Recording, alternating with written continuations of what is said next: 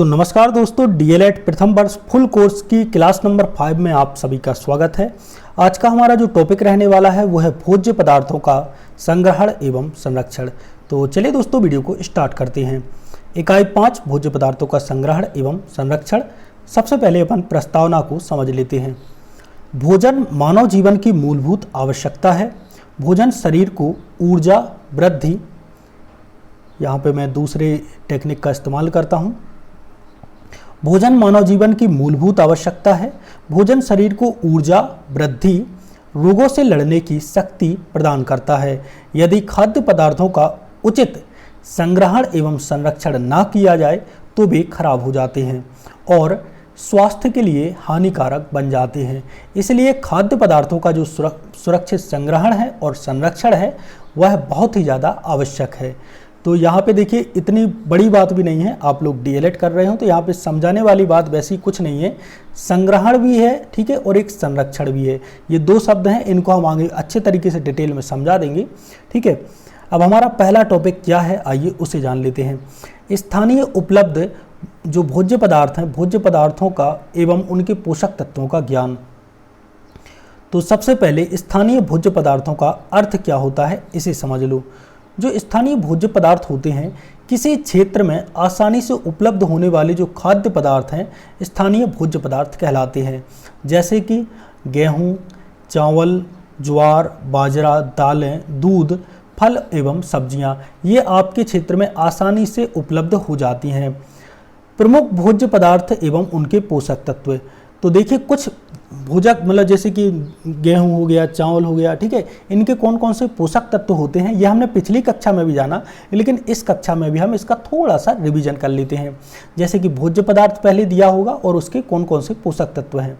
जैसे गेहूं में कार्बोहाइड्रेट होता है, चावल में भी कार्बोहाइड्रेट होता है, दालों में प्रोटीन होता है आमतौर पर, दूध में प्रोटीन और कैल्शियम ये दोनों चीज़ें होती हैं, अंडा में प्रोटीन होता है, हरी सब्जियों में जो होती हैं उनमें विटामिन एवं खनिज लवण होता है, फल में भी विटामिन पाया जाता है, और घी एवं तेल, जो घी होता है और तेल होता है इसमें वसा की मात्रा बहुत होती है। गुड़ जो होता है उसमें आयरन होता है। तो यहाँ पर हमने बता दिया है कि कौन से खाद्य पदार्थ में क्या पाया जाता है, कौन सा पोषक तत्व होता है। स्थानीय भोज्य पदार्थों का महत्व। तो स्थानीय जो भोज्य पदार्थ होते हैं उनके क्या महत्व हैं, और उनके मतलब महत्व इसलिए भी ज़रूरी है क्योंकि आपके लिए बहुत आसानी से ये प्राप्त हो जाते हैं। ये सस्ते एवं सुलभ होते हैं, बहुत जल्दी आपको प्राप्त हो जाते हैं, ताज़े एवं पौष्टिक होते हैं, ये बासे नहीं होते हैं। स्थानीय जो कृषि है उसको बढ़ावा मिलता है और स्थानीय जो किसान हैं उनकी आय भी अच्छी होती है। परिवहन लागत कम होती है, मतलब स्थानीय भोज्य पदार्थों को अब यदि आप खाते हैं तो परिवहन की जो लागत है वह भी कम होगी। स्वास्थ्य के लिए लाभदायक होते हैं। स्थानीय जो भोज्य पदार्थ है वह स्वास्थ्य के लिए भी लाभदायक होते हैं। भोज्य पदार्थों का वर्गीकरण। आइए अब जान लेते हैं कि भोज्य पदार्थों का वर्गीकरण किस प्रकार से है। ऊर्जा देने वाले खाद्य पदार्थ अलग हैं, शरीर का निर्माण करने वाले खाद्य पदार्थ अलग हैं। जैसे कि ऊर्जा देने वाले खाद्य पदार्थ जो जल्दी ऊर्जा देते हैं, एनर्जी देते हैं, चावल हो गया, गेहूँ, आलू, शक्कर, ये बहुत जल्दी ऊर्जा देने में सक्षम होते हैं। शरीर का निर्माण करने वाले खाद्य पदार्थ। तो बहुत से मतलब खाद्य पदार्थ हैं जो शरीर का निर्माण करते हैं। इनमें प्रोटीन शामिल होता है, जैसे कि दालें, दूध, अंडा, मांस, ये सभी शरीर का निर्माण करने में सहायक होते हैं। शरीर की सुरक्षा करने वाले खाद्य पदार्थ यानी कि इम्यून सिस्टम को मजबूत करते हैं। फल, सब्जियां और अंकुरित अनाज। अगला टॉपिक है भोज्य पदार्थों का संग्रहण एवं संरक्षण की आवश्यकता क्यों होती है और इनकी विधियां क्या हैं। सबसे पहले हम संग्रहण का अर्थ जान लेते हैं। तो खाद्य पदार्थों को सुरक्षित स्थान पर उचित ढंग से रखने की जो प्रक्रिया है उसको ही संग्रहण कहते हैं, ठीक है। खाद्य पदार्थों को सुरक्षित स्थान पर उचित ढंग से रखने की जो प्रक्रिया है उसको संग्रहण कहते हैं। अगला है संरक्षण।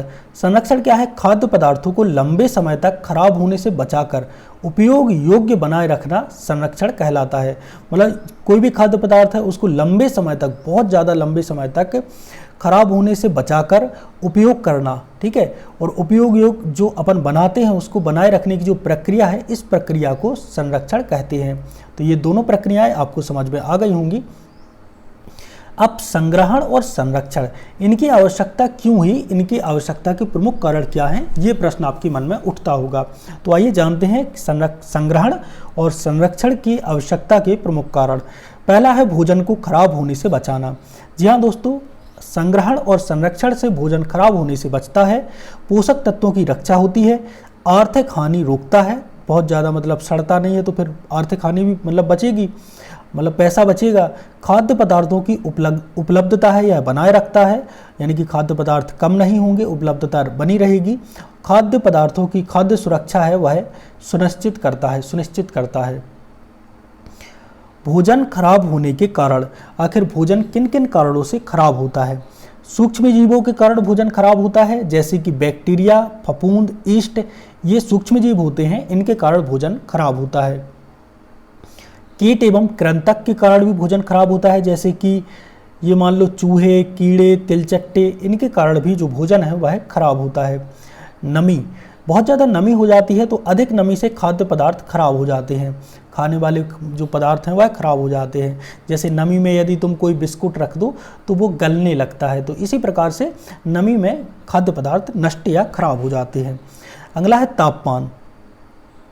अत्यधिक गर्मी होती है वह भोजन को खराब कर देती है। आप लोगों ने देखा होगा गर्मियों के मौसम में जो हमारा खाना है वह बहुत जल्दी खराब हो जाता है। जो सब्जी है वह 2 दिन तक नहीं, मतलब दूसरे दिन की सुबह तक खराब हो जाती है।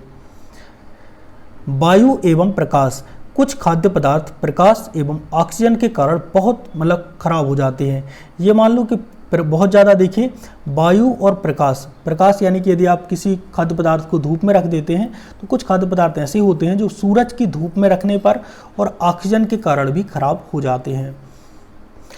खाद्य संरक्षण की प्रमुख विधियाँ, सबसे पहले मतलब कुछ खाद्य संरक्षण की विधियाँ हैं, ठीक है, जैसे कि है ड्राइंग यानी कि सुखाना। खाद्य पदार्थों से नमी निकाल दी जाती है, जैसे कि पापड़ बनाते हैं तो आप सुखाकर ही बनाते हैं, सूखी मिर्च आप सुखाकर बनाते हैं, सूखे मेवे, ये सभी सुखाकर आप मतलब खाद्य पदार्थ को संरक्षित करते हैं। लाभ क्या होता है सुखाकर, सरल एवं सस्ती विधि है ये, और भोजन लंबे समय तक सुरक्षित रहता है। पापड़ आप पूरे साल तक खा सकते हो। इसके बाद है शीत भंडारण। खाद्य पदार्थों को कम तापमान पर रखा जाता है, उदाहरण के लिए दूध, फल, सब्जियां, और इनसे भी क्या है खाद्य पदार्थ सुरक्षित रहते हैं, संरक्षित रहते हैं। लाभ क्या होता है, सूक्ष्म जीवों की वृद्धि कम होती है। तीसरा है फ्रीजिंग यानी कि जमना, बहुत कम तापमान पर खाद्य पदार्थों का संरक्षण करते हैं, उदाहरण के लिए मटर, मांस, और यहाँ पे मटन, मांस, आइसक्रीम, ये सारी चीज़ें जो रहती हैं ये जमा के आप रख सकते हैं। अगला है उबालना, उच्च तापमान पर रोगाणु हैं उनको नष्ट किया जाता है उबालकर। जैसे हमेशा एक बात मैं आप लोगों को बता दूं, जो दूध होता है यानी कि मिल्क होता है, मिल्क को हमेशा उबाल कर पीना चाहिए। इसका एक कारण ये भी है, यदि आप बहुत ज़्यादा एथलेटिक प्रवृत्ति के आदमी हैं तो आप कैसे भी पी सकते हो, लेकिन भाई उबाल के पीने में इसके मतलब रोगाणु हैं, जो रोगाणु होते हैं, जीवाणु रोगाणु, ये नष्ट हो जाते हैं। अगली क्रिया है पाश्चुरीकरण, तो दूध को निश्चित तापमान पर गर्म करके ठंडा किया जाता है, यही पाश्चुरीकरण है। पाश्चुरीकरण के लाभ क्या होते हैं, हानिकारक जो जीवाणु हैं वह नष्ट हो जाते हैं। अगला है डिब्बाबंदी, खाद्य पदार्थों को वायुरोधी डिब्बों में बंद किया जाता है, इसको ही डिब्बाबंदी कहते हैं। उदाहरण के लिए फलों का रस, सब्जियां, ये सभी डिब्बाबंदी में आते हैं। अगला है नमक द्वारा संरक्षण, तो आप लोगों ने देखा होगा अचार, मछली, इनको नमक द्वारा संरक्षित किया जाता है। अगला है चीनी यानी कि शक्कर के द्वारा संरक्षण भी किया जाता है, जैसे कि मुरब्बा, जैम, जेली, इनको शक्कर के द्वारा भी संरक्षित किया जाता है, चीनी के द्वारा भी संरक्षित किया जाता है। अगला है रासायनिक संरक्षण, कुछ सुरक्षित रसायनों का उपयोग इसमें किया जाता है। संरक्षण की आधुनिक विधियां, अब बात कर लेते हैं संरक्षण की कुछ आधुनिक विधियों की। तो देखिए यहाँ पर संरक्षण की जो कुछ विधियां हैं, जैसे कि वैक्यूम पैकिंग है, आप लोगों ने देखा होगा चिप्स का जो पैकेट है उसमें वैक्यूम पैकिंग के द्वारा चिप्स को संरक्षित किया जाता है। विकिरण के द्वारा भी आप मतलब खाद्य पदार्थों को संरक्षित कर सकते हैं। डीप फ्रीजिंग के द्वारा भी खाद्य पदार्थों को संरक्षित किया जाता है। निर्जलीकरण के द्वारा भी खाद्य पदार्थों को संरक्षित किया जाता है। हमारा अगला टॉपिक है खाद्य संरक्षण संबंधी जो भ्रांतियां हैं और उनका निराकरण है वह किस प्रकार से किया जाना चाहिए। आइए जानते हैं। पहली भ्रांति है भ्रांति नंबर 1, केवल महंगे खाद्य पदार्थ ही पौष्टिक होते हैं। ये गलत बात है। सत्य क्या है, स्थानीय एवं जो सस्ते खाद्य पदार्थ हैं यह भी पौष्टिक होते हैं। भ्रांति नंबर 2, डिब्बाबंद भोजन हमेशा हानिकारक होता है। ये बिल्कुल गलत बात है। हमेशा डिब्बाबंद भोजन हमेशा हानिकारक नहीं होता है, क्योंकि यदि आप मानक विधि से संरक्षित जो भोजन है वह सुरक्षित हो सकता है। भ्रांति नंबर 3, फ्रिज में रखा भोजन कभी खराब नहीं होता। ये बहुत गलत बात है। फ्रिज में रखा भोजन खराब होने की जो गति है उसको कम करता है, ना कि पूरी तरह से रोकता है। भ्रांति नंबर 4, बार बार गर्म किया भोजन सुरक्षित रहता है। तो यहाँ पे ये बात भी बहुत गलत है। आप ऐसा नहीं कि बहुत ज़्यादा भोजन को बार बार गर्म करते रहें, ये सुरक्षित रहेगा। बार बार गर्म करने से जो भोजन है उसके पोषक तत्व भी नष्ट हो जाते हैं और इससे आपके शरीर में संक्रमण का खतरा भी बढ़ जाता है। तो भोजन को 10 बार पका के नहीं खाना चाहिए, ये सीधी सी बात है। भ्रांति नंबर 5, सिर्फ दिखने में खराब भोजन ही असुरक्षित होता है। ऐसा नहीं है। कई बार भोजन जो है वह सूक्ष्मजीव होने पर भी सामान्य दिख सकता है, यानी कि दिखने में अच्छा है फिर भी वह खराब है। उसको अपन जैसे पीते हैं, जैसे दूध है वह खराब हो जाता है तो अपन पीते हैं तो वो खट्टापन आ जाता है ना, तो वो सूक्ष्मजीव उसमें उपस्थित हो जाती हैं। खाद्य संरक्षण के प्रति जागरूकता, स्वच्छता बनाए रखें। तो देखिए खाद्य संरक्षण कैसे होगा, स्वच्छता बनाए रखें, खाद्य पदार्थों को ढककर रखें, समाप्ति तिथि जो एक्सपायरी डेट है वह देखें। हर पैकिंग की एक्सपायरी डेट देखना ये आपकी आदत होनी चाहिए। सुरक्षित पैकेजिंग का उपयोग करें, अच्छे तरीके से पैकेजिंग करें। खाद्य पदार्थों में मिलावट एवं पहचान के तरीके। अब देखिए आजकल के ज़माने में ये मिलावट का दौर बहुत ज़्यादा ख़राब चल रहा है और इसमें मिलावट कैसे होती है खाद्य पदार्थों में और उनमें हम पहचान कैसे कर सकते हैं, आइए जानते हैं। सबसे पहले ये मिलावट है, मिलावट का अर्थ जान लेते हैं। लाभ कमाने के उद्देश्य से खाद्य पदार्थों में सस्ते या हानिकारक पदार्थ मिलाना खाद्य मिलावट कहलाता है। तो बहुत से लोग होते हैं नालायक होते हैं, मतलब एक प्रकार से निम्न कोटि के लोग होते हैं जो कि बहुत ज़्यादा लालची होते हैं, तो वह लाभ कमाने के उद्देश्य से खाद्य पदार्थों में सस्ते या हानिकारक पदार्थ मिला देते हैं और इसी प्रक्रिया को मिलावट कहते हैं। मिलावट के कारण, मिलावट का कारण क्या क्या है, जैसे कि अधिक लाभ कमाना चाहते हैं जो लोभी लालची लाभी लोग मतलब लोग होते हैं, जो झूठे लोग होते हैं मक्कार किस्म के, ये अधिक लाभ कमाने के कारण मिलावट करते हैं। मांग एवं आपूर्ति में असंतुलन, मांग में यदि कभी कभी ऐसा होता है कि कोई दुकानदार है, उसके जैसे दिवाली का समय आ गया, ठीक है, और मिठाइयाँ उसके बनी हैं 20 केजी की मान लो, ठीक है, और उसको मांग है 40 केजी की, तो वो 20 केजी मतलब गलत सामान मिला देगा। अगला है जागरूकता की कमी, लोगों में जागरूकता नहीं रहती है इसलिए वो जो मिलावट वाला सामान है वो खरीद लेते हैं। अगला है निरीक्षण की कमी, निरीक्षण भी नहीं होता है, सरकार के द्वारा भी इसके लिए बहुत ज़्यादा प्रयास नहीं किए गए हैं और इस कारण से भी जो मिलावट है वह चरम पर पहुंच रही है धीरे धीरे। सामान्य मिलावटों वाले जो खाद्य पदार्थ हैं आइए उन्हें जान लेते हैं। जैसे कि दूध है, पानी, घी, वनस्पति घी, हल्दी, रंग, मिर्च पाउडर, ईंट का चूरा, काली मिर्च, पपीते के बीज, चाय पत्ती, रंगी हुई पत्तियां, शहद, चीनी का घोल, ये सारे के सारी चीज़ें मतलब सामान्य मिलावट वाले पदार्थ हैं, खाद्य पदार्थ हैं। मिलावट से हानियाँ एवं स्वास्थ्य पर जो दुष्प्रभाव है वह क्या होता है, आइए इसे जान लेते हैं। तो सबसे पहले पाचन संबंधी कुछ रोग हो सकते हैं मिलावट के कारण, विषाक्तता हो सकती है, मिलावट में विषाक्तता यानी कि उसमें विष भी हो सकता है। दूसरा है कुपोषण, कुपोषण होगा क्योंकि अच्छे तरीके से हमें संतुलित आहार प्राप्त नहीं होगा और भी कई गंभीर बीमारियां हो सकती हैं। मिलावट की पहचान के सरल तरीके, अब देखिए कुछ मिलावट की पहचान के यहाँ पर तरीके दिए गए हैं, आइए उन्हें जान लेते हैं। तो यहाँ पे पहला तरीका है दूध में पानी है, इसका पता कैसे करें। तो दूध की जो बूंद है वह चिकनी सतह पर गिरने पर तेजी से बह जाती है।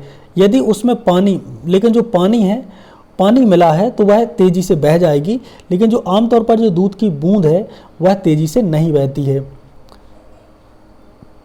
अगर देखो यहाँ पे मतलब इस पॉइंट को मैं एक बार और समझा देता हूँ। जो दूध में पानी है, यदि दूध में पानी मिला है तो अपन उसको चिकनी सतह पर अपन क्या करेंगे, गिराएंगे, तो वह तेज़ी से यदि बह गई तो समझ लो कि उसमें पानी डला हुआ है, दूध शुद्ध नहीं है। अगला है हल्दी में रंग। तो पानी में डालने पर जो रंग है वह अलग दिखाई पड़ता है कि हल्दी में कौन सा रंग डला हुआ है। हल्दी को पानी में डालोगे तो ऐसे तुरंत नहीं रहेगा कि हल्दी का रंग आपको पता चले। अगला है काली मिर्च। काली मिर्च को पानी में डालने पर पपीते के बीज जो है वह ऊपर तैरने लगते हैं। अगला है शहद।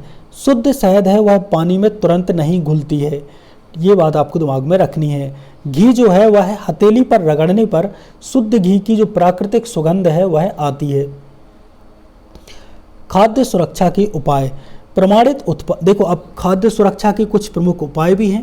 पहला उपाय है प्रमाणित जो उत्पाद है उसको ही खरीदें। FSSAI जो फूड सेफ्टी वाला चिन्ह होता है उस चिन्ह को अवश्य देखें। खुला एवं संदिग्ध भोजन ना खरीदें, बहुत ज़्यादा खुला और संदिग्ध भोजन है उसको ना खरीदें। आजकल तो देखो चौराहों पर तुमने देखा होगा समोसे बिक रहे हैं, ठीक है। अब समोसे भाई बिक रहे हैं और उनमें ऊपर से धूल गिर रही है, ठीक है, उनको भी लोग खा रहे हैं। मतलब यार किस प्रकार की, मतलब एक जो हमारा सेंस रहता है, जो हमारा फूड सेंस रहता है वो एक प्रकार से ख़त्म ही कर दिया है लोगों ने। पैकिंग एवं समाप्ति तिथियां देखें। स्वच्छ दुकानों से खरीदारी करें। तो यहाँ पे ये अंतिम पॉइंट यही है कि स्वच्छ दुकानों से खरीदारी करनी चाहिए, जिन दुकानों पे स्वच्छता हो। शिक्षक की भूमिका क्या रहेगी इस पाठ में, आइए इसे जान लेते हैं। विद्यार्थियों को पोषण एवं खाद्य सुरक्षा की जानकारी देना, मिलावट के प्रति जागरूक बनाना, स्वच्छ भोजन की आदत विकसित करना, स्थानीय पौष्टिक पदार्थों को बढ़ावा देना, संरक्षण की जो वैज्ञानिक विधियां हैं उनकी जानकारी प्रदान करना। यहाँ पे ये रहेगी शिक्षक की भूमिका। परीक्षा हेतु कुछ महत्वपूर्ण प्रश्न हैं, तो इन प्रश्नों के आंसर अब आप लोग दे सकते हैं और इन सभी प्रश्नों को लिखकर इनके आंसर आपको, मतलब इनमें से पहले प्रश्न का कि खाद्य संरक्षण क्या है, कमेंट बॉक्स में लिखना है। यहाँ पे कुछ लघु उत्तरीय प्रश्न भी हैं, इनके आंसर भी आपको देने हैं, और कुछ दीर्घ उत्तरीय प्रश्न भी है। और यहाँ पर दोस्तों अब हम यहाँ पर वीडियो को करते हैं समाप्त, और ये हमारी जो क्लास नंबर 5 है ये भी होती है पूरी तरह से समाप्त। तो आई होप दोस्तों आपको ये वीडियो पसंद आया होगा। मिलते हैं एक और नए वीडियो के साथ, तब तक के लिए जय सिया राम।